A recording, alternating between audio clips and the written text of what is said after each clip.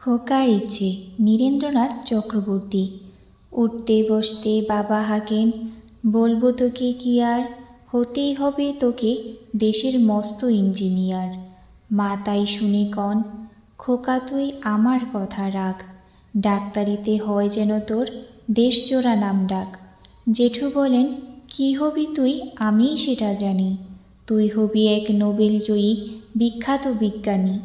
একই সঙ্গে সবাই বলেন, অন্য কিছু নয়, এবার তোকে হতেই হবে স্কুলে ফার্স্ট বয়। আমার ইচ্ছে ঘুড়ি উড়াই, লাট্টু ঘুরাই আর ক্রিকেট খেলি, সাঁতরে করি মস্ত দিঘি পার।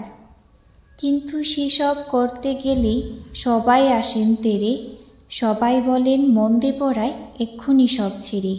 কি আর বলবো এখন আমার অবস্থাটা এই, লেখাপড়ায় দিন কেটে যায় কিচ্ছু খেলা নেই।